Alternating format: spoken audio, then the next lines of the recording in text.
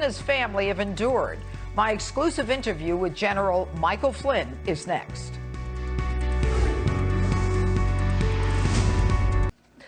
My next guest says he has experienced political prosecution of the highest order, despite serving his country honorably.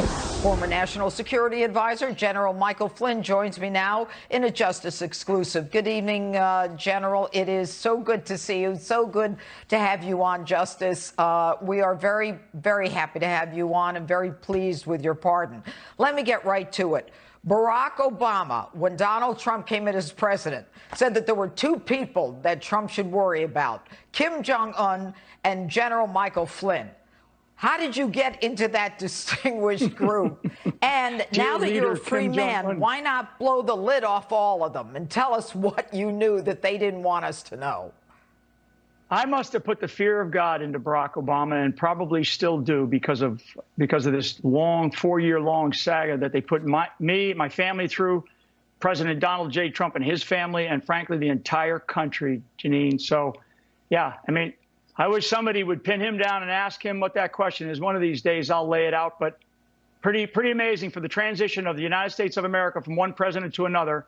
That was the 2 points that President Obama wanted to share with President-elect at the time, Donald J. Trump. Amazing. But you know, and you can't like give us an idea, an inkling. So many of us were cheering for you. I mean, what was it that why did they want to stop you? Why Judge Emmett Sullivan?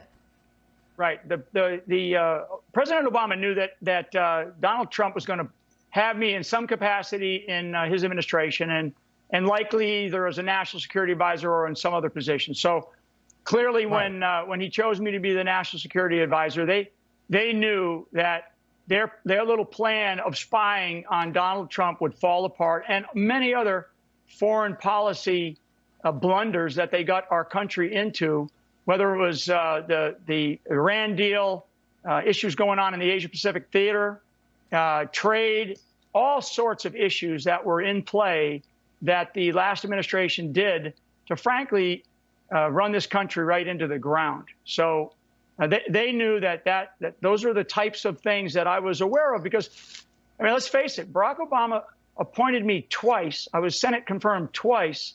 Right. During the time I was in the military. And so, it's amazing that that would be what he would focus on during the transition for the United States of America. It's outrageous, actually. It's unbelievable. Let me ask you, Sidney Powell. I mean, you know better than anyone else about Sidney. She doesn't give up. She is now involved in the presidential election. She's talking about all kinds of fraud. Do you think that she's onto something? Yes, absolutely. And I call Sidney Powell America's guardian angel of justice. Her client, so Sidney Powell's client, are the people of the United States of America, and that's who she is fighting for right now.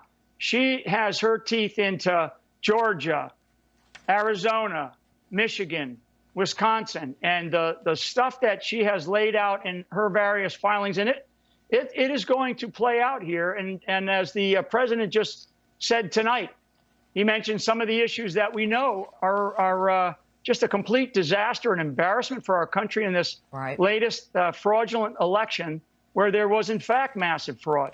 I mean, it's just incredible. We have to take and stop all engines right now. And all these governors, all these quote unquote leaders of their states, they have to take responsibility and do something right now to stop what they're doing. Do not certify these elections, and basically go back and do a far more detailed technical mail ballot and signature audit, instead of just, saying to the American people, hey, nothing to see here. We're just going to continue to move on to an inauguration. I'm sorry.